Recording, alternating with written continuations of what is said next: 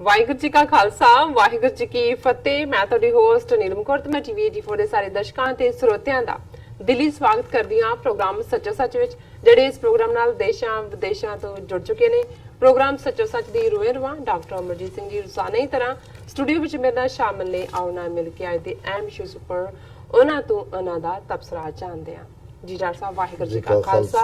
ਵਾਹਿਗੁਰੂ ਜੀ ਕੀ ਫਤਿਹ। ਜੀ ਡਾਕਟਰ ਸਾਹਿਬ ਜੀ ਆਇਆਂ ਨੂੰ ਪ੍ਰੋਗਰਾਮ ਸੱਚੋ ਸੱਚ ਵਿੱਚ ਬਹੁਤ ਸ਼ੁਕਰੀਆ। ਜੀ ਡਾਕਟਰ ਸਾਹਿਬ ਅੱਜ 25 ਜੂਨ 2019 11 ਹਾੜ ਨਾਨਕਸ਼ਾਹੀ ਸੰਮਤ 551 ਦਾ ਦਿਨ ਹੈ ਤੇ ਡਾਕਟਰ ਸਾਹਿਬ ਪ੍ਰੋਗਰਾਮ ਸ਼ੁਰੂ ਕਰਨ ਤੋਂ ਪਹਿਲਾਂ ਅਸੀਂ ਹਮੇਸ਼ਾ ਇਸ ਤਰ੍ਹਾਂ ਆਪਣੇ ਦਰਸ਼ਕਾਂ ਤੇ ਸਰੋਤਿਆਂ ਨੂੰ ਦੱਸੀਏ ਵੀਅਰਸ, ਜੇ ਤੁਸੀਂ ਹੱਕ ਸੱਚ ਇਨਸਾਫ ਤੇ ਪੈਰਾ ਦਿੰਦਾ ਇੱਕੋ ਇੱਕ ਚੈਨਲ ਟੀਵੀ 84 ਨੂੰ ਦੇਖਣਾ ਚਾਹੁੰਦੇ ਹੋ ਤਾਂ ਤੁਸੀਂ ਦੇਖ ਸਕਦੇ ਹੋ ਸਪੈਕਟਰਮ ਕੇਬਲ, ਆਰਸੀਨ cable, welfare cable in Canada, roku, Jadoo box, Shaw, Facebook TV 84 ਦੀ ਐਪ ਰਾਹੀਂ online streaming and IP box ਤੇ ਤੁਸੀਂ ਟੀਵੀ 84 ਨੂੰ ਦੇਖ ਸਕਦੇ ਹੋ। ਵੀਅਰਸ, ਜੇ ਤੁਸੀਂ ਟੀਵੀ 84 ਨਾਲ ਜਾਂ ਪ੍ਰੋਗਰਾਮ ਸੱਚੋ ਸੱਚ ਨਾਲ ਫੇਸਬੁੱਕ ਰਾਹੀਂ ਜੁੜੇ ਹੋ ਤਾਂ ਇਸ ਨੂੰ ਵੱਧ ਤੋਂ ਵੱਧ ਲਾਈਕ ਕਰੋ ਤੇ ਸ਼ੇਅਰ ਕਰੋ ਅਤੇ ਨਾਲ ਹੀ YouTube ਤੇ ਸਬਸਕ੍ਰਾਈਬ ਵੀ ਕਰੋ। ਇਹ ਵੀ ਦੱਸ ਦਈਏ ਕਿ ਤੁਸੀਂ ਟੀਵੀ 84 ਦੀ ਐਪ ਨੂੰ ਐਂਡਰੋਇਡ ਐਂਡ ਐਪ ਸਟੋਰ ਤੇ ਡਾਊਨਲੋਡ ਕਰਕੇ ਟੀਵੀ 84 ਦੀ ਜੋ ਲਾਈਵ ਸਟ੍ਰੀਮ ਹੈ ਉਸ ਨੂੰ ਤੁਸੀਂ 24 ਆਵਰਸ ਦੇਖ ਸਕਦੇ ਹੋ। ਸੋ ਹੁਣ ਆਪਾਂ ਆਪਣੇ ਪ੍ਰੋਗਰਾਮ ਦੀ ਸ਼ੁਰੂਆਤ ਕਰਦੇ ਹਾਂ ਅੱਜ ਦੇ ਪਹਿਲੇ ਇਸ਼ੂ ਦੇ ਨਾਲ। ਸੋ ਹੁਣ ਆਪਾਂ ਡਾਕਟਰ ਸਾਹਿਬ ਕੋਲੋਂ ਉਹਨਾਂ ਦੇ ਵਿਚਾਰ ਸੁਣਦੇ ਹਾਂ। ਤੁਸੀਂ ਸਾਡੇ ਨਾਲ ਇਸੇ ਤਰ੍ਹਾਂ ਹੀ ਬਨੇ ਰਹਿਣਾ। Thank you so much. ਜੀ ਡਾਕਟਰ ਸਾਹਿਬ ਕੀ ਕਹਿਣਾ ਚਾਹੋਗੇ? ਕੈਪਟਨ ਅਮਰਿੰਦਰ ਸਿੰਘ ਜੀ, ਔਰ ਅੱਜ ਅਸੀਂ captain Amarinder Singh the thank you ਕਰਨ ਵਾਲਾ ਪਹਿਲਾ ਸੈਗਮੈਂਟ ਡਿਸਕਸ ਕਰ ਰਹੇ ਹਾਂ। ਠੀਕ ਹੈ। ਪਰ ਇਸ ਮੁੱਦੇ ਦੇ ਉੱਤੇ ਕਿ ਐਸਾ ਕੈਪਟਨ ਅਮਰਿੰਦਰ ਸਿੰਘ ਨੇ ਕਿਹੜਾ ਕੱਦੂ 'ਚ ਤੀਰ ਮਾਰਿਆ ਕਿ ਉਸ ਦਾ ਸ਼ੁਕਰੀਆ ਅਦਾ ਕਰਨਾ ਸਾਡੀ ਵੀ ਮਜਬੂਰੀ ਬਣ ਗਈ। ਪਰ ਅਸੀਂ ਦੱਸਦੇ ਹੀ ਹੈ ਕਿ ਵੀ ਜਿਵੇਂ ਕੁੱਤਾ, ਉਸ ਦੀ ਸੁੰਘਣ ਸ਼ਕਤੀ ਬੜੀ ਤਾਕਤਵਰ ਹੁੰਦੀ ਹੈ ਔਰ ਕਈ ਵਾਰ ਮਹੱਲੇ ਦੇ ਦੂਸਰੇ ਸਿਰੇ 'ਚ ਜੇ ਸ਼ੋਰਬਾ ਪੱਕ ਰਿਹਾ ਹੰਡੀ 'ਚ ਤੇ ਕੁੱਤਾ ਜਿਹੜਾ ਉਹ ਸਾਰਾ ਪਿੰਡ ਕ੍ਰਾਸ ਕਰਕੇ ਉਹਦੇ ਘਰ ਦੇ ਬਾਹਰ ਬਹਿ ਜਾਂਦਾ ਹੈ ਕਿਉਂਕਿ ਉਹਨੂੰ ਹੁੰਦਾ ਵੀ ਇਸ ਹੰਡੀ 'ਚੋਂ ਹੁਣ ਕੁਝ ਨਿਕਲਣਾ। ਜੀ, ਔਰ ਇਹ ਅਕਸਰ ਕਿਹਾ ਜਾਂਦਾ ਹੈ ਵੀ ਕੁੱਤਾ ਜਿਹੜਾ ਹੈ ਉਹ ਦੂਰੋਂ ਹੀ ਸੂੰਘ ਲੈਂਦਾ ਵੀ ਕੀ ਹੈ। ਬਿਲਕੁਲ। ਦੂਸਰੇ ਉਹ ਨੇ ਜਿਹੜੇ ਪੈਸੇ ਦੀ ਦੌੜ 'ਚ ਪਏ ਹੁੰਦੇ ਨੇ ਤੇ ਕਿਸੇ ਵੀ ਥਾਂ ਤੇ ਗਿਆ ਭਾਵੇਂ ਕਿਸੇ ਆਮ ਬੰਦੇ ਨੂੰ ਨਜ਼ਰ ਨਹੀਂ ਆ ਰਿਹਾ ਹੁੰਦਾ ਪਰ ਦੇ ਸਮੈਲ ਮਨੀ। ਜੀ, ਉਹਨਾਂ ਦੀ ਸੁੰਘਣ ਸ਼ਕਤੀ ਦੇ ਵਿੱਚ ਪੈਸੇ ਨੂੰ ਸੁੰਘਣਾ ਹੁੰਦਾ ਹੈ। ਉਹ ਦੇਖਦੇ ਨੇ ਵੀ ਇੱਥੇ ਜੇ ਇਹ ਕਾਰੋਬਾਰ ਕੀਤਾ ਜਾਏ ਤਾਂ ਇਹਦੇ ਚੋਂ ਪੈਸੇ ਬਣ ਸਕਦੇ ਨੇ। ਉਹਨਾਂ ਦਾ ਵੀ ਇੱਕ ਆਪਣੀ ਸੁੰਘਣ ਸ਼ਕਤੀ ਹੁੰਦੀ, ਉਹ ਪੈਸਾ ਸੁੰਘਦੇ ਨੇ। ਤੀਸਰੀ ਕੈਟਾਗਰੀ ਹੈ ਜਿਹੜੇ ਕਿ ਤਾਕਤ ਦੇ ਗਲਿਆਰਿਆਂ ਦੇ ਨੇੜੇ ਰਹਿਣ ਵਾਲੇ ਲੋਕ, ਉਹਨਾਂ ਨੂੰ ਇਸ ਗੱਲ ਦੀ ਮੁਸ਼ਕ ਆ ਜਾਂਦੀ ਹੈ ਵੀ ਜਿਹਦੇ ਹੁਣ ਨੇੜੇ ਹੈ ਅਸੀਂ ਜਿਹੜਾ ਇਹ ਰਾਜ ਹੈ ਇਹਦੀ ਥਾਂ ਤੇ ਹੁਣ ਕੁਝ ਹੋਰ ਆਉਣ ਵਾਲਾ ਹੈ, ਇਹਨੇ ਬਹੁਤੀ ਦੇਰ ਨਹੀਂ ਰਹਿਣਾ ਤੇ ਉਹ ਸੂੰਘ ਲੈਂਦੇ ਨੇ ਕਿ ਹੁਣ ਆਣਾ ਕੀ ਹੈ ਤੇ ਉਹ ਫਿਰ ਉਸ ਕਿਸਮ ਦੀਆਂ ਹਰਕਤਾਂ ਕਰਨ ਲੱਗ ਜਾਂਦੇ ਨੇ, ਕਈ ਵਾਰੀ ਜਾਣਬੁੱਝ ਕੇ, ਕਈ ਵਾਰੀ ਅਣਜਾਣ ਚ, ਜਿਹਨੂੰ ਤੁਸੀਂ ਫਰੂਡੀਅਨ ਸਲਿਪ ਅਸੀਂ ਕਹਿੰਦੇ ਆ ਉਸ ਦੇ ਨਾਂ ਤੇ ਫਰੂਡੀਅਨ ਤੇ, ਕਿ ਵੀ ਜਿਹੜੀ ਗੱਲ ਤੁਹਾਡੇ ਅੰਦਰ ਹੁੰਦੀ ਹੈ ਉਹ ਕਿਸੇ ਨਾ ਕਿਸੇ ਪਾਸੋਂ ਨਿਕਲ ਰਹੀ ਹੁੰਦੀ ਹੈ। ਔਰ ਇਹ ਜਿਹੜੇ ਤਾਕਤ ਦੇ ਗਲਿਆਰਿਆਂ ਦੇ ਨੇੜੇ ਰਹਿਣ ਵਾਲੇ ਨੇ ਇਹਨਾਂ ਦੀ ਵੀ ਸੁੰਘਣ ਸ਼ਕਤੀ ਬੜੀ ਮਜ਼ਬੂਤ ਹੁੰਦੀ ਹੈ। ਇਹਨਾਂ ਨੂੰ ਵੀ ਪਤਾ ਲੱਗ ਜਾਂਦਾ ਹੈ ਵੀ ਇਹ ਜਿਹੜੀ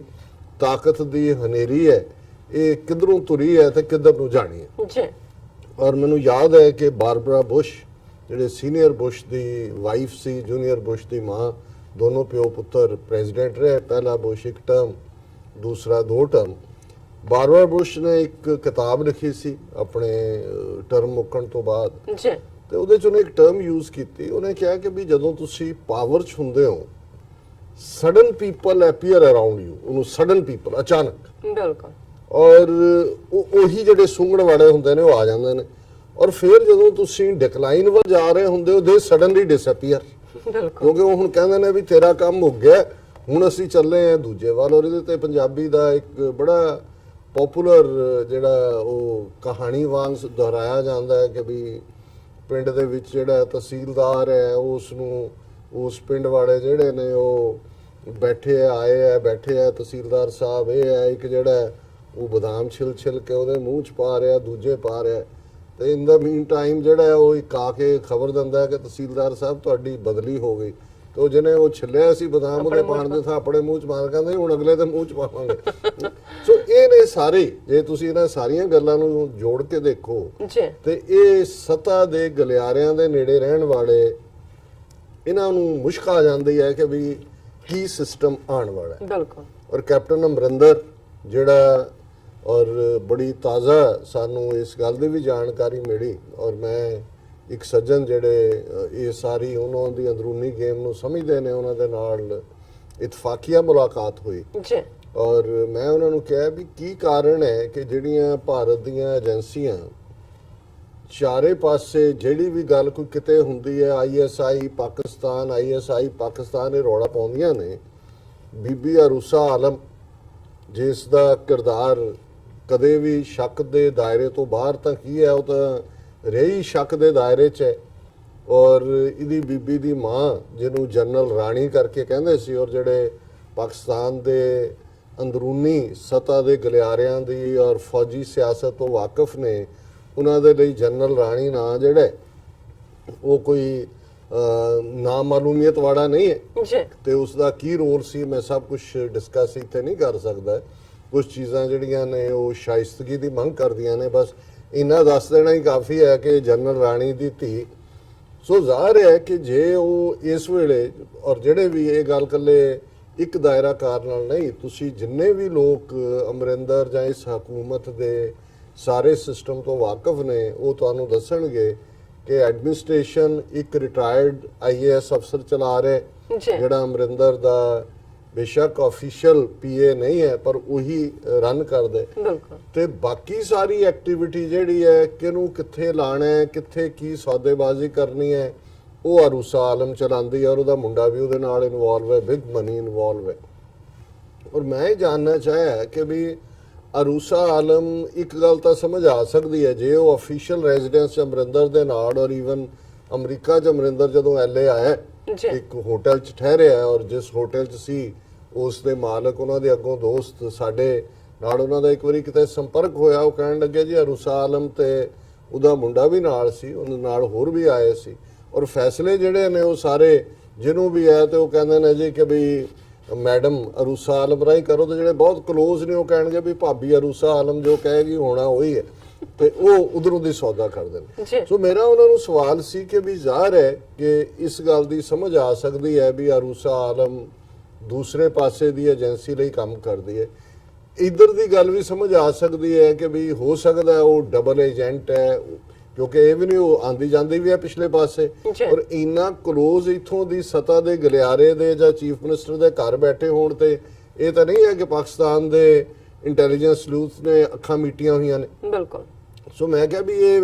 ਬੀਬੀ ਡਬਲ ਏਜੰਟ ਹੋ ਸਕਦਾ, ਉਧਰੋਂ ਉਹਨਾਂ ਨੂੰ ਵੀ ਦੇ ਰਹੀ ਹੈ ਇਨਫੋਰਮੇਸ਼ਨ, ਇਧਰੋਂ ਇਹਨਾਂ ਤੱਕ ਵੀ ਪਹੁੰਚਾ ਰਹੀ ਹੈ। ਪਰ ਇੰਨੀ ਦੇਰ ਦੋਨਾਂ ਏਜੰਸੀਆਂ ਲਈ ਇਹਨੂੰ ਟੋਲਰੇਟ ਕਰਨਾ, ਖਾਸ ਤੌਰ ਤੇ ਇੰਡੀਅਨ ਏਜੰਸੀਆਂ ਲਈ, ਕਿਉਂਕਿ ਡਿਸਐਡਵਾਂਟੇਜ ਦੀ ਪੋਜੀਸ਼ਨ ਤੇ ਤਾਂ ਇਹ ਨੇ ਵੀ ਇਹ ਸਮਝ ਤੋਂ ਬਾਹਰ ਹੈ। ਔਰ ਉਹ ਜਿਹੜੇ ਜਾਣਕਾਰ ਸੂਤਰਾਂ ਨੇ ਕਿਹਾ ਜੀ ਗੱਲ ਇਹ ਹੈ ਵੀ ਅਮਰਿੰਦਰ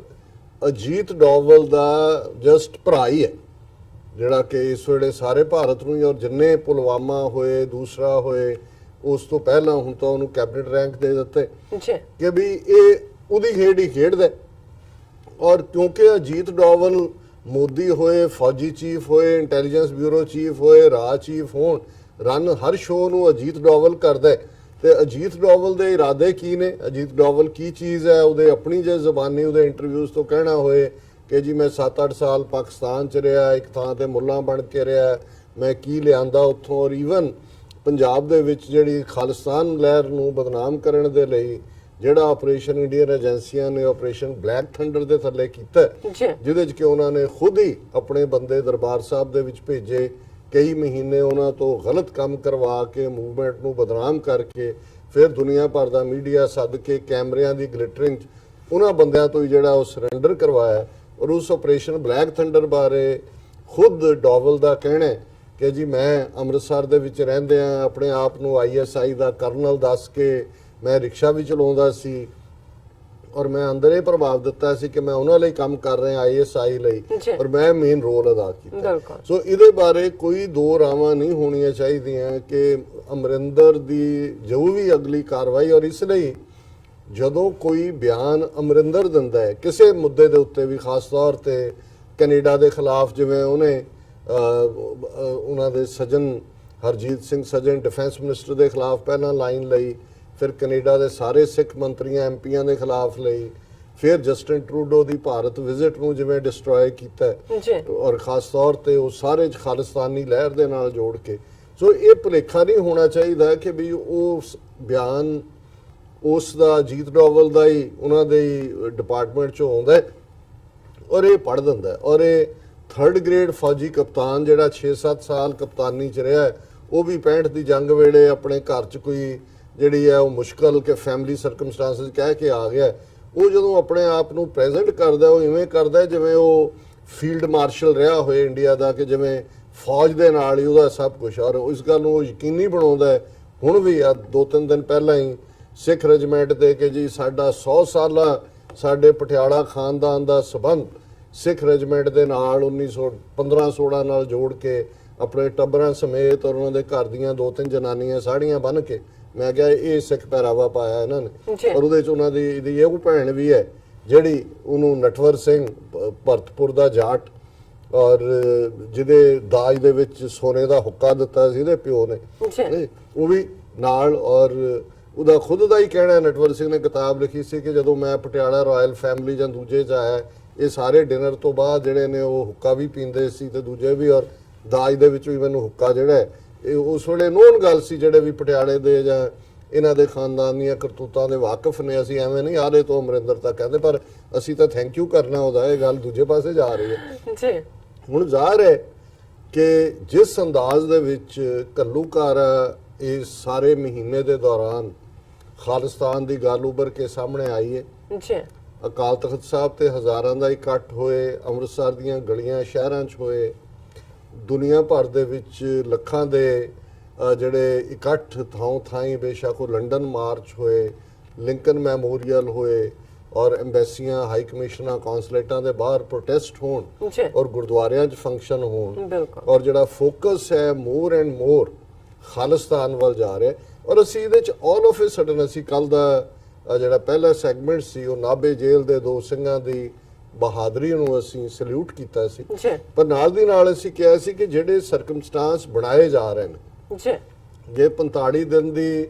ਪੈਰੋਲ ਦੇ ਉੱਤੇ ਸੌਦਾ ਸਾਧ ਨੂੰ ਛੱਡਿਆ ਜਾ ਰਿਹਾ, ਨਾਲ ਹੀ ਖਬਰਾਂ ਨੇ ਕਿ ਸਿਰਸੇ ਦੇ ਵਿੱਚ ਬਹੁਤ ਜਿਹੜੀ ਹੈ ਅਨਈਜ਼ੀ ਕਾਮ, ਟੈਨਸ਼ਨ, ਦਿਸ ਦੈਟ। ਸੋ ਜ਼ਾਹਰ ਹੈ ਕਿ ਇਹ ਜਿਹੜਾ ਪੰਜਾਬ ਦਾ ਸਿੱਖ ਯੂਥ ਇਸ ਵੇਲੇ ਖਾਲਿਸਤਾਨ ਦੇ ਮੁੱਦੇ ਦੇ ਉੱਤੇ ਫੋਕਸ ਕਰ ਰਿਹਾ ਹੈ, ਉਸ ਨੂੰ ਇਹ ਅਗੇਨ ਸੌਦਾ ਸਾਧ ਦੇ ਚੇਲਿਆਂ ਨੂੰ ਫੇਰ ਪੁੱਤਰਾ ਕੇ, ਔਰ ਵਿਦਿਨ 3 ਇਅਰਸ ਅਸੀਂ ਦੇਖਦੇ ਹਾਂ 2015 ਤੋਂ ਬਾਅਦ ਕਿਵੇਂ ਮਾਹੌਲ ਇਹਨਾਂ ਨੇ ਸਿਰਜਿਆ। ਔਰ ਇਸ ਸਾਰੇ ਬੈਕਗ੍ਰਾਉਂਡ ਦੇ ਵਿੱਚ ਇਹਨਾਂ ਦੀਆਂ ਬਿਆਨਬਾਜ਼ੀਆਂ, ਉਹਨੂੰ ਪੈਰੋਲ ਤੇ ਛੱਡਣਾ, ਹੈਲਥ ਮਿਨਿਸਟਰ ਉਹਨਾਂ ਦੇ ਵਿਜ ਦਾ, ਉਹਨਾਂ ਦੇ ਜਿਹੜਾ ਜੇਲ੍ਹ ਮੰਤਰੀ ਉਹਨਾਂ ਦੇ ਕਹਿਣਾ ਜੀ ਇਹ ਨਾਰਮਲ ਹੈ ਜੀ, ਕਾਨੂੰਨ ਹੈ, ਕਿਉਂ ਨਹੀਂ ਆ ਸਕਦਾ ਜੀ ਇਹ ਪੈਰੋਲ। ਔਰ ਇਧਰ ਜਿਨ੍ਹਾਂ ਦੀ 14 ਸਾਲ ਇੱਕ ਜ਼ਮਾਨੇ ਜਿਹਨੂੰ ਉਮਰ ਕੈਦ ਕਹਿੰਦੇ ਸੀ, ਉਹ ਸਿੰਘ 27 ਸਾਲ ਤੋਂ ਜੇਲ੍ਹਾਂ ਦੇ ਵਿੱਚ ਬੰਦ, ਉਹਨਾਂ ਦੀ ਨਾ ਰਿਹਾਈ ਹੈ ਨਾ ਪੈਰੋਲ ਹੈ। ਫਿਰ ਇਸੇ ਟਾਈਮ ਦੇ ਉੱਤੇ ਕੌਣ ਕਹਿ ਸਕਦਾ ਹੈ ਕਿ ਇਹ ਫੈਸਲਾ ਜੀਤ ਡੋਵਲ ਦੀ ਮਰਜ਼ੀ ਤੋਂ ਬਿਨਾਂ ਨਹੀਂ ਹੋਇਆ ਹੋਵੇਗਾ ਜਾਂ ਉਹਦੇ ਹੁਕਮਾਂ ਤੇ, ਕਿ ਅਮਰਿੰਦਰ ਸਰਕਾਰ ਰਿਕਮੈਂਡ ਕਰਦੀ ਹੈ ਕਿ ਉਹ ਕਾਤਲ ਯੂਪੀ ਦੇ ਪੁਲਿਸ ਅਫਸਰ ਜਿਨ੍ਹਾਂ ਨੇ ਪੰਜਾਬ 'ਚ 1992 ਦੇ ਵਿੱਚ ਇੱਕ ਨੌਜਵਾਨ ਨੂੰ ਮਾਰਿਆ ਔਰ ਆਲਮੋਸਟ 2014 ਦੇ ਵਿੱਚ ਉਹਨੂੰ ਸਜ਼ਾ ਹੁੰਦੀ ਹੈ, ਇਹਨਾਂ ਸਾਰਿਆਂ ਨੂੰ ਪਹਿਲਾਂ ਹੀ ਕਿੰਨੇ ਸਾਲ ਜਿਹੜੇ ਲੰਘ ਗਏ ਔਰ 5 ਸਾਲ ਵੀ ਅਜੇ ਪੂਰੇ ਨਹੀਂ ਸੀ ਹੋਏ ਔਰ ਰਿਕਮੈਂਡੇਸ਼ਨ ਦੇ ਨਾਲ ਰਿਹਾ ਕਰ ਦਿੱਤੇ ਜਾਂਦੇ ਨੇ ਜੀ, ਗੁੱਡ ਕੰਡਕਟ। ਇਹੀ ਹਾਲ 45 ਦਿਨ ਦੀ ਪੈਰੋਲ, ਸੌਦਾ ਸਾਧ ਦਾ ਗੁੱਡ ਕੰਡਕਟ। ਹੁਣ ਇਹ ਸਾਰਾ ਕਿਸ ਪਾਸੇ ਵੱਲ ਪੁਆਇੰਟ ਆਊਟ ਕਰ ਰਹੇ, ਔਰ ਇਸ ਸਾਰੇ ਦੌਰ 'ਚ ਕਿਉਂਕਿ ਅਸੀਂ ਮੀਡੀਆ ਦੇ ਨਾਲ ਨੇੜਲਾ ਤਾਲੁਕ ਰੱਖਦੇ ਹਾਂ, ਉਹਨੂੰ ਅਸੀਂ ਐਕਸਪਲੋਰ ਵੀ ਕਰਦੇ ਹਾਂ, ਔਰ ਮੈਂ ਦੇਖ ਰਿਹਾ ਕਿ ਵੀ ਕਨਿਸ਼ਕਾ ਜਹਾਜ਼ ਦਾ ਹਾਦਸਾ ਜਿਹੜਾ ਕਿ ਭਾਰਤੀ ਏਜੰਸੀਆਂ ਨੇ, ਰਾ ਨੇ ਖੁਦ ਹੀ ਕੀਤਾ, ਔਰ ਉਸ ਬਾਰੇ ਅਸੀਂ ਇੱਕ ਸੈਗਮੈਂਟ ਡਿਟੇਲ 'ਚ ਕੀਤਾ ਸੀ, ਮੈਂ ਉਹਦੀਆਂ ਡਿਟੇਲਸ ਦੇ ਵਿੱਚ ਨਹੀਂ ਜਾਵਾਂਗਾ। ਔਰ ਇਸ ਘਟਨਾ ਨੂੰ 34 ਸਾਲ ਹੋ ਚੁੱਕੇ ਨੇ। ਉਹ ਜੂਨ ਦੇ ਮਹੀਨੇ ਜਿਹੜਾ ਹੈ ਉਹ ਸ਼ਾਇਦ 24 ਜੂਨ 1985 ਦੇ ਵਿੱਚ ਸੀ। ਹੁਣ ਨਾ ਸਿਰਫ ਇਸ ਮੁੱਦੇ ਦੇ ਉੱਤੇ ਪਿਛਲੇ ਸਾਰੇ ਸਾਲਾਂ 'ਚ ਜਦੋਂ ਤੱਕ ਜਿਹੜੇ 2 ਸਿੱਖ ਇਸ ਦੇ ਵਿੱਚ ਉਹਨਾਂ ਨੇ ਫਸਾਏ ਹੋਏ ਸੀ ਉਹ ਐਕਵਿਟ ਨਹੀਂ ਹੋਏ, ਔਰ ਉਸ ਤੋਂ ਬਾਅਦ ਮੇਜਰ ਕਮਿਸ਼ਨ ਦੀ ਰਿਪੋਰਟ ਨਹੀਂ ਆਈ, ਬੜਾ ਰੌਲਾ ਸੀ। ਉਸ ਤੋਂ ਬਾਅਦ ਇਹ ਬਿਲਕੁਲ ਇੱਕ ਨਾਨ ਨਿਊਜ਼ ਬਣ ਗਿਆ। ਜਦੋਂ ਇਹ ਦਿਨ ਆਉਂਦਾ ਉਦੋਂ ਜ਼ਰੂਰ 1-2 ਖਬਰਾਂ ਹੁੰਦੀਆਂ ਨੇ ਲੇਕਿਨ ਇਸ ਵਾਰ ਜਿੱਥੇ ਸਿੱਖਾਂ ਨੇ 35ਵੀਂ ਘੱਲੂਘਾਰੇ ਦੀ ਯਾਦ ਜਿਹੜੀ ਹੈ ਉਹ ਬੜੇ ਵੱਡੇ ਪੈਮਾਨੇ ਤੇ ਮਨਾਈ, ਜੀ all of a sudden Indian ਏਜੰਸੀਆਂ ਦੇ ਜਿਹੜੇ ਲਿਖਾਰੀ ਨੇ, ਉਹਨਾਂ ਦੇ ਪੱਤਰਕਾਰ, ਉਹਨਾਂ ਦੇ ਹੋਰ ਸਾਰੇ ਸੋਸ਼ਲ ਮੀਡੀਆ ਦੇ ਉੱਤੇ ਇਹਨਾਂ ਨੇ ਕਨਿਸ਼ਕਾ ਕਾਂਡ ਜਿਹੜਾ ਜਿਹਦੇ ਚ ਕਿ 329 ਬੇਗੁਨਾਹ ਮੁਸਾਫਰ ਜਿਹੜੇ ਨੇ ਮਾਰੇ ਗਏ ਸੀ ਬਿਲਕੁਲ ਉਸ ਆਇਰਲੈਂਡ ਦੇ ਉੱਪਰ ਐਟਲਾਂਟਿਕ ਓਸ਼ਨ ਦੇ ਵਿੱਚ, ਜੀ ਉਹਨੂੰ ਬਹੁਤ ਵੱਡੇ ਪੈਮਾਨੇ ਦੇ ਉੱਤੇ ਇਹਨਾਂ ਨੇ ਉਹਦੇ ਉੱਤੇ ਲਿਖਵਾਇਆ। ਔਰ ਉਹੀ ਜੌਨ ਮੇਜਰ ਰਿਪੋਰਟ ਹੋਏ ਜਾਂ ਜਸਟਿਸ ਕਿਰਪਾਲ ਰਿਪੋਰਟ 85 ਦੀ, ਉਹਦੇ ਚੋਂ 94 ਜੇ ਐਕਸੈਪਟ ਕੱਢ ਕੇ, ਕਿਉਂਕਿ ਫੁੱਲ ਤੁਸੀਂ ਅੱਜ ਵੀ ਉਹਦੀ ਰਿਸਰਚ ਕਰਨੀ ਚਾਹੋ ਤੇ ਤੁਹਾਨੂੰ ਮੇਜਰ ਜੌਨ ਮੇਜਰ ਦੀ ਰਿਪੋਰਟ ਮਿਲਦੀ ਨਹੀਂ ਹੈ ਇੰਟਰਨੈਟ ਪਰ ਇਹ ਉਹਦੇ ਚ ਕਿੰਨਾ ਰੈਲੇਵੈਂਟ ਹੈ, ਉਹਦਾ ਓਵਰਆਲ ਕੰਟੈਕਸਟ ਕੀ ਚੱਲ ਰਿਹਾ ਹੈ। ਪਰ ਇਹਨਾਂ ਨੇ ਇਸ ਵਾਰ ਇਸ ਪੈਮਾਨੇ ਦੇ ਉੱਤੇ ਜਾ ਕੇ ਸਾਰਿਆਂ ਨੂੰ ਪ੍ਰੋਪੇਗੇਟ ਕੀਤਾ ਕਿ ਇਹ ਸਿੱਖਾਂ ਨੇ ਕੀਤਾ, ਖਾਲਿਸਤਾਨੀਆਂ ਨੇ ਕੀਤਾ, ਔਰ ਉਹੀ ਖਾਲਿਸਤਾਨੀ ਅੱਜ ਵਾਪਸ ਕੈਨੇਡਾ ਦੇ ਵਿੱਚ ਇੰਨੇ ਐਕਟਿਵ ਹੋ ਗਏ ਨੇ ਕਿ ਜੇ ਨਾ ਰੋਕਿਆ ਗਿਆ ਤੇ ਕੁਛ ਨਾ ਕੁਛ ਹੋਰ ਵਾਪਰੇਗਾ। ਔਰ ਇਸ ਗੱਲ ਦਾ ਧਿਆਨ ਰਹੇ, ਔਰ ਮੇਰਾ ਇਹ ਹਮੇਸ਼ਾ ਖਦਸ਼ਾ ਵੀ ਹੁੰਦਾ ਹੈ ਕਿ ਜਦੋਂ ਪੀਸਫੁਲ ਮੂਵਮੈਂਟ ਸਿੱਖਾਂ ਦੀ ਅੱਗੇ ਵੱਧਦੀ ਹੈ, ਸਿੱਖ ਵਿਕਟਮ ਸਨ ਜੂਨ 84 ਦੇ ਅਟੈਕ ਦੇ, ਨਵੰਬਰ 84 ਦੀ ਸਿੱਖ ਨਸਲਕੁਸ਼ੀ ਦੇ, ਤੇ 85 ਪਹੁੰਚਣ ਤੋਂ ਪਹਿਲਾਂ ਜੂਨ ਦੇ ਕਨਿਸ਼ਕਾ ਕਾਂਡ ਤੋਂ ਪਹਿਲਾਂ ਭਾਰਤੀ ਏਜੰਸੀਆਂ, ਕੈਨੇਡੀਅਨ ਏਜੰਸੀਆਂ ਨੂੰ ਇਹ ਖਬਰਾਂ ਦੇ ਰਹੀਆਂ ਸੀ ਕਿ ਜੀ ਸਿੱਖਾਂ ਨੇ ਬੰਬ ਰੱਖ ਦੇਣਾ ਜਹਾਜ਼ 'ਚ, ਇਹਨਾਂ ਨੇ ਜਹਾਜ਼ ਉਡਾ ਦੇਣੇ ਨੇ, ਇਹਨਾਂ ਦਾ ਕੁਝ ਕਰੋ। ਸੋ ਜ਼ਾਹਰ ਹੈ ਵੀ ਪਲਾਨ ਉਹ ਖੁਦ ਕਰ ਰਹੇ ਸੀ, ਔਰ ਜਦੋਂ ਉਹਨਾਂ ਤੱਕ ਕਰ ਦਿੱਤਾ, ਔਰ ਇਵੈਂਚੁਅਲੀ ਇਹਦੇ 'ਚ ਕੋਈ ਸ਼ੱਕ ਨਹੀਂ ਹੈ ਕਿ ਕੈਨੇਡੀਅਨ ਸੀਸਸ ਜਿਹਨੂੰ ਅੰਗਰੇਜ਼ੀ 'ਚ ਕਹਿੰਦੇ ਨੇ ਵਾਸ ਡਿਊਪਡ ਬਾਈ ਦਾ ਇੰਡੀਅਨ ਇੰਟੈਲੀਜੈਂਸ, ਉਹ ਉਸ ਸਾਰੀ ਖੇਡ ਨੂੰ ਸਮਝ ਨਹੀਂ ਸਕੇ। ਔਰ ਜਦੋਂ ਇਹ ਵਾਕਿਆ ਹੋ ਗਿਆ ਫਿਰ ਕੈਨੇਡੀਅਨ ਏਜੰਸੀਆਂ ਨੇ ਆਪਣੇ ਆਪ ਨੂੰ ਵੀ ਪ੍ਰੋਟੈਕਟ ਕਰਨਾ ਸੀ, ਉਹ ਆਪਣੀ ਲੈਗਸਿਟੀ ਜਾਂ ਆਪਣੇ ਡਾਇਰੈਕਟਰ ਤੋਂ ਲੈ ਕੇ ਥੱਲੇ ਤੱਕ ਸਭ ਦੀ ਸਸਪੈਂਸ਼ਨ ਜਾਂ ਡਿਸਮਿਸਲ ਨਹੀਂ ਸੀ ਚਾਹੁੰਦੇ। ਸੋ ਫਿਰ ਉਹਨਾਂ ਨੇ ਨਾ ਸਿਰਫ ਆਪਣੇ ਆਪ ਨੂੰ ਕਵਰ ਕੀਤਾ, ਉਹਨਾਂ ਨੇ ਇੰਡੀਅਨ ਪਲਾਟ ਨੂੰ ਵੀ ਕਵਰ ਕੀਤਾ। ਇਹੀ ਕਾਰਨ ਹੈ ਕਿ 34 ਸਾਲ ਬੀਤਣ ਬਾਅਦ ਵੀ ਜਿਹੜੇ ਅਸਲੀ ਕਲਪਰੇਟ ਨੇ ਅੱਜ ਵੀ ਕਾਨੂੰਨ ਦੀ ਗ੍ਰਿਫਤ ਤੋਂ ਬਾਹਰ ਨੇ, ਕਿਉਂਕਿ ਅਸਲੀ ਕਲਪਰੇਟ ਹੀ ਉਹ Ottawa high commission, Toronto consulate ਔਰ ਵੈਨਕੂਵਰ ਇੰਡੀਅਨ ਕੌਂਸੂਲੇਟ ਦੇ ਵਿੱਚ ਬੈਠੇ ਹੋਏ ਸੀ। ਔਰ ਇਹ ਗੱਲ ਸੌਫਟ ਟਾਰਗੇਟ ਦੇ ਦੋਨਾਂ ਲਿਖਾਰੀਆਂ ਨੇ ਬੜੀ ਕਲੀਅਰਲੀ ਕਹੀ ਹੈ ਕਿ ਵੀ ਜੇ ਤੁਸੀਂ ਐਵੀਡੈਂਸ ਲੈਣਾ ਤੇ ਲੈ ਜਾਓ, ਆਪਣੀਆਂ ਗੱਡੀਆਂ ਖੜੀਆਂ ਕਰ ਦਿਓ ਉਹਨਾਂ ਦੇ ਕੌਂਸੂਲੇਟ ਹਾਈ ਕਮਿਸ਼ਨ ਦੇ ਬਾਹਰ, and truck loads of evidence will come out of them। So ਇਹਦੇ 'ਚ ਕੋਈ ਸ਼ੱਕ ਨਹੀਂ ਹੈ ਕਿ ਇਹੀ ਕਾਰਨ ਹੈ ਕਿ ਜਦੋਂ ਕੋਰਟਸ ਦੇ ਵਿੱਚ ਵੀ ਇਹ ਟ੍ਰਾਇਲ ਚੱਲਿਆ, ਕਿਤੇ ਵੀ ਕੈਨੇਡੀਅਨ ਏਜੰਸੀਆਂ ਨੇ ਕਲੀਅਰਲੀ ਇੰਡੀਅਨ ਪਲਾਟ ਵੱਲ ਪੁਆਇੰਟ ਆਊਟ ਨਹੀਂ ਕੀਤਾ। ਔਰ ਇਸ ਸਾਰੀ ਬਲਰਿੰਗ ਸਿਚੁਏਸ਼ਨ ਦੇ ਵਿੱਚ ਜਿਹੜੇ ਬੰਦੇ ਫਰੇਮ ਵੀ ਕੀਤੇ ਹੋਏ ਸੀ ਉਹ ਵੀ ਐਕਵਿਟ ਹੋਏ। ਲੇਕਿਨ ਮੈਂ ਸਮਝਦਾ ਜਿਹੜਾ ਵੱਡਾ ਪਲਾਟ ਸੀ, ਔਰ ਜਿਵੇਂ ਅਸੀਂ ਪਹਿਲੇ ਸੈਗਮੈਂਟ ਵੇਲੇ ਵੀ ਕਿਹਾ ਸੀ ਕਿ ਇਹ ਮੈਟਰ ਨਹੀਂ ਕਰਦਾ ਕਿ ਜਿਹੜਾ ਅੱਗੇ ਵਰਤਿਆ ਗਿਆ ਬੰਦਾ ਉਹ ਐਮ ਸਿੰਘ ਹੈ, ਐਮ ਕੁਮਾਰ ਹੈ ਜਾਂ ਐਮ ਮੁਹੰਮਦ ਹੈ, ਇਹ ਡਜ਼ਨਟ ਮੈਟਰ। ਇਹ ਭਾਵਨਾ ਦੇ ਵਸ ਦੇ ਵਿੱਚ ਜਾਂ ਇੱਕ ਇਮੋਸ਼ਨਲ ਟਰੈਪ ਲੈ ਕਰਕੇ ਏਜੰਸੀਆਂ ਆਪਣੀ ਖੇਡ ਖੇਡਦੀਆਂ ਨੇ, ਤੇ ਉਹਦੇ ਵਿੱਚ ਜਿਹੜੇ ਲੋਕ ਸਫਰ ਕਰ ਰਹੇ ਹੁੰਦੇ ਨੇ ਉਹਨਾਂ 'ਚੋਂ ਕੋਈ ਨਾ ਕੋਈ ਕਾਬੂ ਆ ਜਾਂਦਾ। ਸੋ ਹੁਣ ਇਸ ਸਾਰੇ ਪੀਰੀਅਡ 'ਚ ਜਦੋਂ ਅਸੀਂ ਇਸ ਮਹੀਨੇ ਦੇ ਵਿੱਚ ਦੇਖ ਰਹੇ ਹਾਂ, ਇੱਕ ਕੇਪੀ ਗਿੱਲ ਦਾ ਜਿਹਨੂੰ ਜਿਹੜਾ ਉਹ ਸਨ ਇਨ ਲਾਅ ਵੀ ਕਿਹਾ ਜਾਂਦਾ, ਅਸਲੀ ਹੈ ਜਾਂ ਵੈਸੇ ਹੈ ਮੈਨੂੰ ਨਹੀਂ ਪਤਾ, ਅਜੇ ਸਾਨੀ, ਜਿਹੜਾ ਕਿ ਜਿਵੇਂ KP Gill the conflict resolution institute of conflict management ਉਹਨੂੰ ਡਾਵਲ ਨੇ ਔਰ ਉਹਦੇ ਪਹਿਲੇ ਪ੍ਰੀਡੈਸੈਸਰ ਨੇ ਖੋਲ ਕੇ ਦਿੱਤੀ ਸੀ। ਹੁਣ ਉਹ ਮਰਨ ਤੋਂ ਬਾਅਦ ਇਹਦਾ ਜਵਾਈ ਜਿਹੜਾ ਹੈ ਅਜੇ ਸਾਨੀ, ਉਹ ਇਹਦੇ ਲਈ ਲੇਖ ਲਿਖਦਾ, ਔਰ ਉਹਨੇ ਬੜਾ ਇੱਕ ਜ਼ਹਿਰੀਲਾ ਲੇਖ ਇਸ ਦੌਰ ਦੇ ਵਿੱਚ ਲਿਖਿਆ ਇਸ ਹਫਤੇ ਦੇ ਵਿੱਚ, ਜਿਹਨੂੰ ਨਾ ਸਿਰਫ ਕੈਨੇਡੀਅਨ ਪੇਪਰਾਂ ਚੋਂ ਜਾਂ ਹੋਰ ਗਲੋਬਲੀ ਜਿੱਥੇ ਏਜੰਸੀਆਂ ਇੰਡੀਅਨ ਆਪਣੀ ਸਟੋਰੀ ਪਲਾਂਟ ਕਰਾਉਂਦੀਆਂ ਨੇ ਉਹਨਾਂ 'ਚ, ਸਗੋਂ ਟ੍ਰਿਬਿਊਨ ਵੀ, ਅੱਜ ਤੁਸੀਂ ਟ੍ਰਿਬਿਊਨ ਦਾ ਜੇ ਫਰੰਟ ਪੇਜ ਦੇਖੋ ਤੇ ਬੜੀ ਗਲੇਅਰਿੰਗ ਹਾਈਲਾਈਟਸ ਦੇ ਨਾਲ ਉਹਦਾ ਆਰਟੀਕਲ ਹੈ, Canada's double game, Khalistani elements continue to thrive under government's nose. So ਇਹ ਉਹੀ ਮਾਹੌਲ ਸਿਰਜਿਆ ਜਾ ਰਿਹਾ ਹੈ ਜਿਹੜਾ 85 ਦੀ ਇਸ ਬੰਬਿੰਗ ਤੋਂ ਪਹਿਲਾਂ ਸੀ। ਹੁਣ ਇਹ ਲੰਬਾ ਚੌੜਾ ਆਰਟੀਕਲ ਹੈ ਔਰ ਇਹਦੇ ਤੇ ਤਾਂ ਰਿਡੀਕਿਊਲ ਕਰਨਾ ਬਣਦਾ, ਇਹਦਾ ਮਜ਼ਾਕ ਉਡਾਉਣਾ ਬਣਦਾ।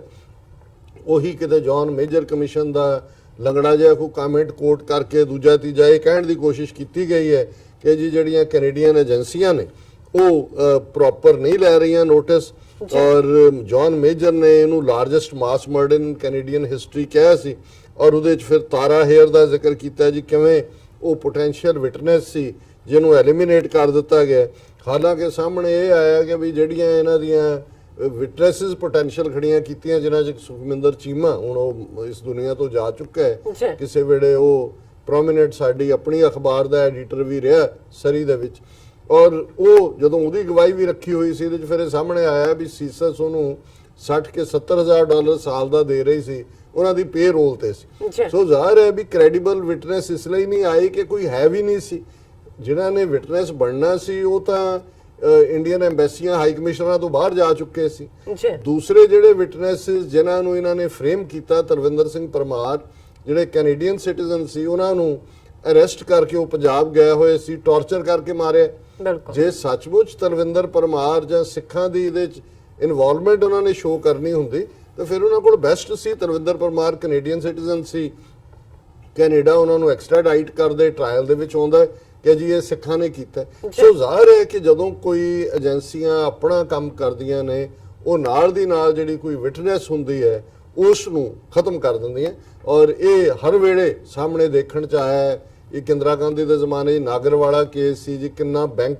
ਅਮਾਉਂਟ ਦੇ ਨਾਲ ਕਰੋੜਾਂ ਰੁਪਈਆ ਨਾਲ ਫੜਿਆ ਗਿਆ ਸੀ, ਇੱਕ ਰਾਤ ਜੇਲ੍ਹ 'ਚ ਰੱਖਿਆ, ਅਗਲੇ ਦਿਨ ਉਹਦੀ ਲਾਸ਼ ਮਿਲੀ ਜੀ, ਹਾਰਟ ਅਟੈਕ ਹੋ ਗਿਆ, ਕਿਉਂਕਿ ਉਹ ਭੇਦ ਖੁੱਲਣ ਵਾਲਾ ਸੀ ਕਿ ਵੀ ਉਹਨੇ ਦੱਸਣਾ ਸੀ ਵੀ ਉਹ ਪੈਸੇ ਕਿਹਦੇ ਨੇ, ਕਿਹਦੇ ਕਹਿਣ ਤੇ ਕਢਵਾਏ ਤੇ ਕਿੱਥੇ ਜਾ ਰਹੇ ਸੀ। ਸੋ ਅਸੀਂ ਦੇਖਦੇ ਹਾਂ ਕਿ ਵੀ ਇਸ ਤਰੀਕੇ ਦੇ ਨਾਲ ਹੀ ਜਦੋਂ ਆਰਐਸਐਸ ਦੇ ਕਰਨਲ ਪ੍ਰੋਤ ਔਰ ਪ੍ਰਗਿਆ ਸਾਧਵੀ ਔਰ ਇਹ ਸਾਰਾ ਕੇਸ, ਇਹਨਾਂ ਦਾ ਇਨਸਾਈਡਰ ਇੱਕ ਬੰਦਾ ਜਿਹੜਾ ਕਿ ਹੌਸਟਾਈਲ ਹੋ ਗਿਆ ਸੀ ਇਹਨਾਂ ਨਾਲ ਔਰ ਅਪਰੂਵਰ ਬਣ ਰਿਹਾ ਸੀ, ਉਹਦਾ ਮਰਡਰ ਕਰ ਦਿੱਤਾ ਗਿਆ ਸੀ। ਉਹਨੂੰ ਪਹਿਲਾਂ ਬੇਲ ਤੇ ਛੱਡਿਆ ਗਿਆ, ਜਾਣ ਕੇ ਉਹਦੀ ਬੇਲ ਕਰਵਾਈ ਗਈ ਔਰ ਉਹਨੂੰ ਮਾਰ ਦਿੱਤਾ ਗਿਆ, ਔਰ ਅੱਜ ਤੱਕ ਵੀ ਨਹੀਂ। ਔਰ ਉਸ ਵੇਲੇ ਮੱਧ ਪ੍ਰਦੇਸ਼ ਦਾ ਇਹ ਵਾਕਿਆ। ਸੋ ਜ਼ਾਹਿਰ ਹੈ ਕਿ ਵੀ ਇਹ ਸਾਰੇ ਨੂੰ ਇਸ ਅਜੇ ਸਾਨੀ ਨੇ ਜਿਸ ਅੰਦਾਜ਼ ਦੇ ਵਿੱਚ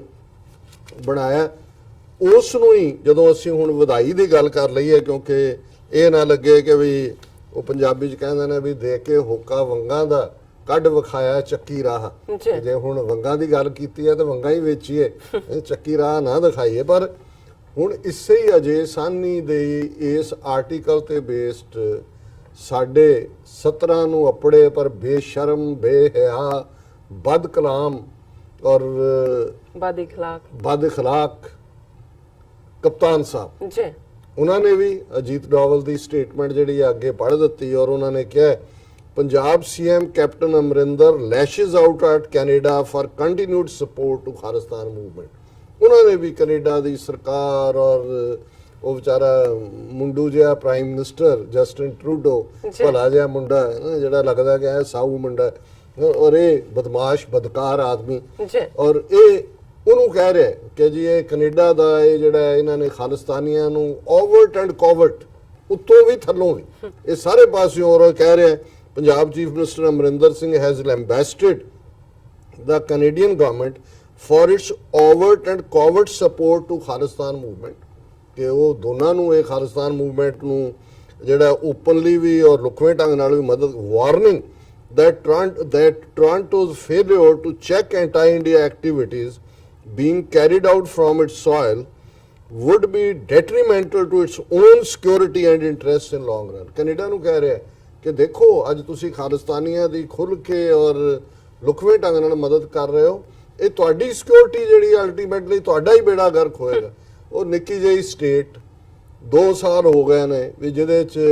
ਨਾ ਡਰੱਗਸ ਮੁੱਕੀਆਂ ਨੇ, ਗੁਰੂ ਗ੍ਰੰਥ ਸਾਹਿਬ ਦੀ ਬੇਅਦਬੀ ਦੀਆਂ ਦਰਜਨਾਂ ਘਟਨਾਵਾਂ, ਗੁਟਕੇ ਤੇ ਹੱਥ ਰੱਖ ਕੇ ਜਿਹੜਾ ਤੂੰ ਸਹੁੰ ਖਾਧੀ ਹੋਈ ਹੈ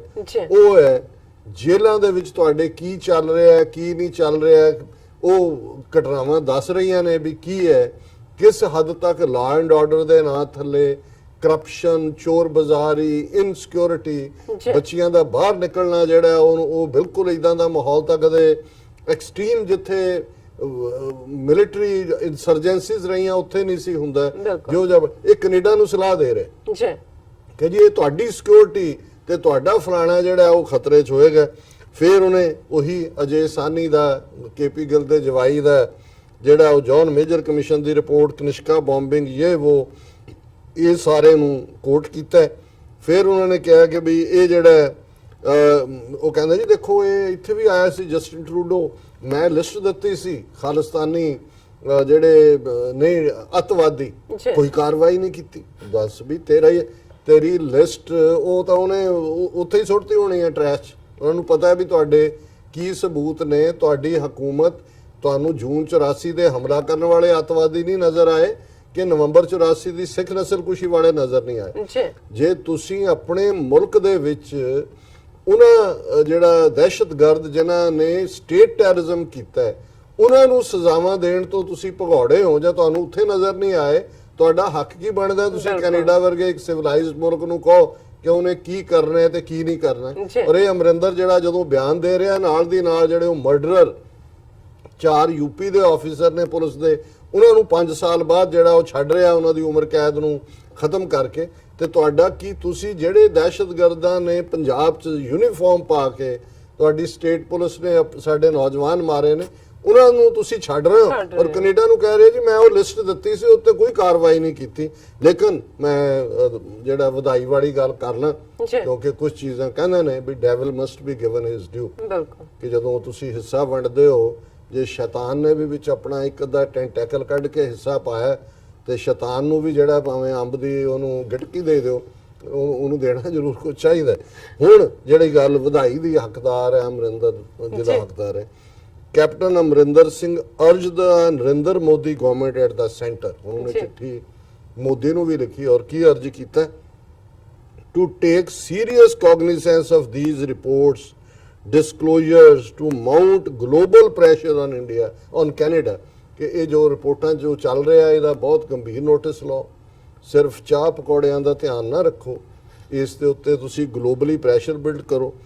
to put an end to the use of its soil to unleash terror against India ਕਿ ਕੈਨੇਡਾ ਤੇ ਇੰਨਾ ਸੰਸਾਰ ਦਾ ਪ੍ਰੈਸ਼ਰ ਬਣਾਓ ਕਿ ਕੈਨੇਡਾ ਆਪਣੀ ਧਰਤੀ ਨੂੰ ਖਾਲਿਸਤਾਨੀ ਜਿਹੜੀਆਂ ਨੇ ਕਾਰਵਾਈਆਂ ਲਈ ਇਸਤੇਮਾਲ ਨਾ ਕਰਨ ਦੇ particularly the Sikh community being targeted by Khalistani terrorists ਕਿ ਖਾਲਿਸਤਾਨੀ ਦਹਿਸ਼ਤਗਰਦਾਂ ਨੇ ਕੈਨੇਡਾ 'ਚ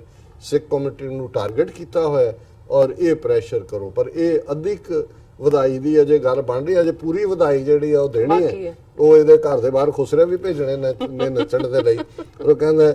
India had for too long been soft towards Canada ਕਿ ਭਾਰਤ ਬੜੇ ਲੰਬੇ ਵਕਤ ਤੋਂ ਕੈਨੇਡਾ ਦੇ ਬਾਰੇ ਬੜਾ ਨਰਮ ਗੋਸ਼ਾ ਰੱਖਦਾ ਹੈ and needed to crack its whip aggressively. ਹੁਣ ਵਕਤ ਆ ਗਿਆ ਕਿ ਭਾਰਤ ਹੱਥ ਦੇ ਵਿੱਚ ਹੰਟਰ ਫੜੇ ਕੈਨੇਡਾ ਦੀ ਪਿੱਠ ਦੇ ਉੱਤੇ ਜਿਹੜਾ ਹੈ ਉਹ ਲੈਸ਼ਸ ਮਾਰਨ ਦੇ ਲਈ ਔਰ ਕੀ ਕਰੇ even seek UN sanctions if needed to end the growing threat once and for all the chief minister. ਇਹ ਹੈ ਵਧਾਈ ਦਾ ਕਾਰਨ ਕਿ ਭਾਰਤ ਜਿਹੜਾ ਕੈਨੇਡਾ ਦਾ ਕੇਸ ਯੂਐਨ ਦੇ ਵਿੱਚ ਲੈ ਕੇ ਜਾਏ ਯੂਨਾਈਟਿਡ ਨੇਸ਼ਨਸ ਕਿ ਜੀ ਕੈਨੇਡਾ ਤੇ ਪਾਬੰਦੀਆਂ ਲਾਓ ਕਿਉਂਕਿ ਖਾਲਿਸਤਾਨ ਦਾ ਜਿਹੜਾ ਇਸ਼ੂ ਹੈ ਉਸ ਨੂੰ ਕੈਨੇਡਾ ਹਮਾਇਤ ਕਰ ਰਿਹਾ। ਵਧਾਈ ਦੀ ਗੱਲ ਹੈ ਕਿ ਨਹੀਂ? ਹੈ ਬਿਲਕੁਲ ਬਿਲਕੁਲ ਕਿ ਵੀ ਜਿਹੜਾ ਸਾਥੋਂ ਯੂਐਨ 'ਚ ਜਾਇਆ ਨਹੀਂ ਜਾਣਾ ਕਿਉਂਕਿ ਯੂਐਨ ਦੇ ਵਿੱਚ ਕੋਈ ਮੈਂਬਰ ਕੰਟਰੀ ਲਿਜਾ ਸਕਦਾ। ਅਜੇ ਪਾਕਿਸਤਾਨ ਦੇ ਵਿੱਚ ਇੰਨਾ ਕੁ ਹੌਸਲਾ ਨਹੀਂ ਆਇਆ ਕਿ ਉਹ ਖਾਲਿਸਤਾਨ ਦੇ ਇਸ਼ੂ ਨੂੰ ਯੂਐਨ 'ਚ ਲੈ ਕੇ ਜਾਏ। ਤੇ ਜੇ ਕਪਤਾਨ ਸਾਹਿਬ ਜਿਨ੍ਹਾਂ ਨੇ ਸੂੰਘ ਲਿਆ ਜਿਵੇਂ ਮੈਂ ਕੁੱਤੇ ਦੇ ਸੂੰਘਣ ਦੀ ਗੱਲ ਕੀਤੀ ਸੀ ਕਿ ਖਾਲਿਸਤਾਨ ਬਣਨ ਜਾ ਰਿਹਾ ਐਵੇਂ ਨਹੀਂ ਕਹਿ ਰਹੇ ਔਰ ਜੇ ਇਹ ਮਰਨ ਤੱਕ ਇਹਦੇ ਮਰਨ ਤੋਂ ਪਹਿਲਾਂ ਬਣ ਗਿਆ ਤੇ ਇਹਨੇ ਫਿਰ ਇਹ ਕਹਿ ਕੇ ਵੀ ਕ੍ਰੈਡਿਟ ਲੈਣਾ। ਉਹਨੇ ਕਹਿਣਾ ਦੇਖੋ ਕਿਹਾ ਤੇ ਮੈਂ ਹੀ ਸੀ ਯੂਐਨ 'ਚ ਲੈ ਕੇ ਜਾਓ ਇਹ ਮੋਦੀ ਸੁੱਤਾ ਪਿਆ ਲੈ ਗਿਆ ਕਹਿੰਦਾ ਜਦੋਂ ਜਾਗਿਆ ਉਦੋਂ ਖਾਲਿਸਤਾਨ ਬਣਿਆ ਹੋਇਆ ਸੀ ਸੋ ਕ੍ਰੈਡਿਟ ਮੈਨੂੰ ਦਿਓ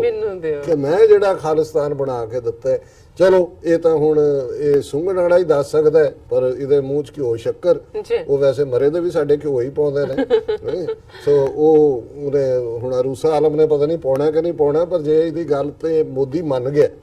ਤੇ ਅਸੀਂ ਇਹ ਜ਼ਰੂਰ ਇਕਰਾਰ ਕਰਦੇ ਹਾਂ ਕਿ ਜਿਉਂਦੇ ਦਾ ਖੈਰ ਇਹਨੂੰ ਨੇੜੇ ਨਹੀਂ ਲੱਗਣ ਦਿੰਦੇ ਸਿੱਖ ਜਿਹੜੀਆਂ ਕਰਤੂਤਾਂ ਕਰਕੇ ਪਰ ਮਰੇ ਦੇ ਮੂੰਹ 'ਚ ਘਿਓ ਦੇ ਨਾਲ ਸ਼ੱਕਰ ਜ਼ਰੂਰ ਪਾਵਾਂਗੇ ਕਿ ਭਾਈ ਤੂੰ ਜਿਹੜਾ ਇਹ ਮੋਦੀ ਨੂੰ ਸਲਾਹ ਦੇ ਕੇ ਯੂਐਨ 'ਚ ਲੈ ਕੇ ਗਿਆ ਔਰ ਇਵੇਂ ਹੀ ਇਸ਼ੂ ਬਣਦਾ ਹੁਣ ਜੇ ਇਸ ਸਾਰੇ ਦੇ ਵਿੱਚੋਂ ਅਸੀਂ ਦੇਖੀਏ ਤੇ ਇਹ ਉਹਨਾਂ ਨੇ ਖੁਦ ਹੀ ਬਣਾ ਦਿੱਤਾ ਕਿ ਕੈਨੇਡਾ ਦੀ ਸਰਕਾਰ ਖੁੱਲ ਕੇ ਖਾਲਿਸਤਾਨ ਦੀ ਹਮਾਇਤ 'ਚ ਆ ਗਈ। ਹੁਣ ਕੋਈ ਚਾਰਾ ਨਹੀਂ ਭਾਰਤ ਦੀ ਉੱਥੇ ਕੋਈ ਪੇਸ਼ ਨਹੀਂ ਚੱਲਦੀ। ਜਸਟਿਨ ਟਰੂਡੋ ਜਿਹੜਾ ਹੈ ਉਹ ਬਿਲਕੁਲ ਖੁੱਲ ਕੇ ਇਸ ਗੱਲ ਤੇ ਤੁਲਿਆ ਹੋਇਆ ਵੀ ਖਾਲਿਸਤਾਨ ਬਣਾਉਣਾ